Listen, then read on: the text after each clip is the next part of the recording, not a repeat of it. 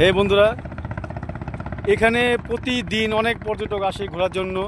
আমি অনেক পর্যটকের সাথে মোটামুটি কথা বলি যে তাদের ফিলিংসটা কি, এখানে তারা ঘুরে কি মজা পায় এবং কি ভালো লাগে, সে ফিলিংসটা আমি অনেকের কাছ থেকে জানার চেষ্টা করি। তো একজন পর্যটক আমি দেখতে পাচ্ছি এখানে, সে আমাদেরই একটু পরিচিত ভাই আর কি আছে এখানে। দেখেন এই যে, এক্সকিউজ মি ভাই, একটু কথা বলবো। আপনার নামটা কি? জি ভাই বলেন।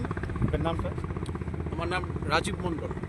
তো এখানে যে আপনি এসেছেন, আপনার কাছে কেমন লাগে নদীর পাড়ের দৃশ্যপট এবং আপনার এই সূর্যাস্তের যে দৃশ্যগুলো, সেটা আপনার কাছে কেমন লাগে? আমি সেটা আপনার কাছে জানার জন্য এই ইচ্ছা পোষণ করছি।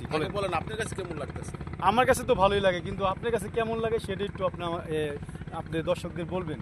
আমার যে অডিয়েন্স সবাই শুনবে, দেখবে, আপনি বলেন একটু কেমন লাগে। আচ্ছা, আমি বলতেছি কেমন লাগে। আমার কাছে তো খুব চমৎকার লাগতেছে, এতে কোনো সন্দেহ নেই। কিন্তু আপনি একটু দেখেন যে মাঝখানে নদী, তার উপার হইল চর, নৌকা, এই যে সৌন্দর্য, এই সৌন্দর্য যে কোনো লোককে খুব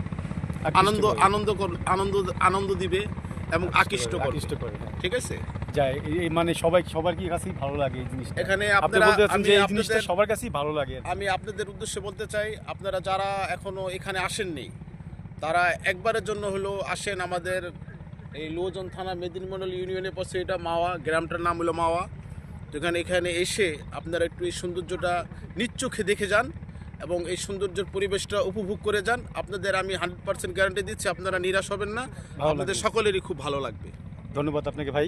তো আমরা দেখে আসলাম আমাদের এক পর্যটক ভাই, উনি ওনার মনের বক্তব্যটা প্রকাশন করলেন যে ওনার কাছে কেমন লাগে।